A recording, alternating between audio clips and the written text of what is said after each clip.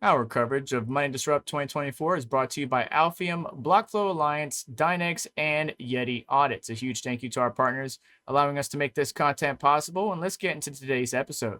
Hey, what's going on, everyone? Vega here for SerpentX Tech. And as we move right from the AlphaPex booth, this is the FBox. They have liquid cooling solutions, and just look at this Drycooler. It's freaking huge, dude.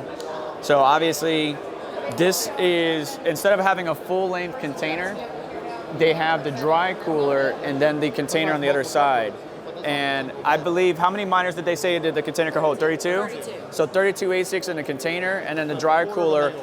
So 1/4 megawatt, all in one small footprint. And I was talking to Vincent and the team, and it was really good. Oh, this is Brandon Coin. And it was nice to learn a little bit more about immersion, liquid cooling. This industry is just expanding so much greater, and that's Vincent over there. So it was good to cover it and check out this particular unit. What is this? Is that power? Looks like some type of power connection. Yeah. Okay. There's the piping for the immersion of the liquid, in and out, coming in there, in and out on that side. So there's two sides. Very interesting. Giant Drycoolers. You guys can see the fan, I can't.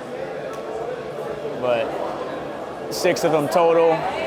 And there's the company right there, FBox. So thanks for talking with us, and let's move on to the next one. Let's go say hi to Brandon Coin real quick. I'll see you guys in a little bit. Make sure you hit the like button, get subscribed, hit the notification bell to stay up to date. I'll talk to you later.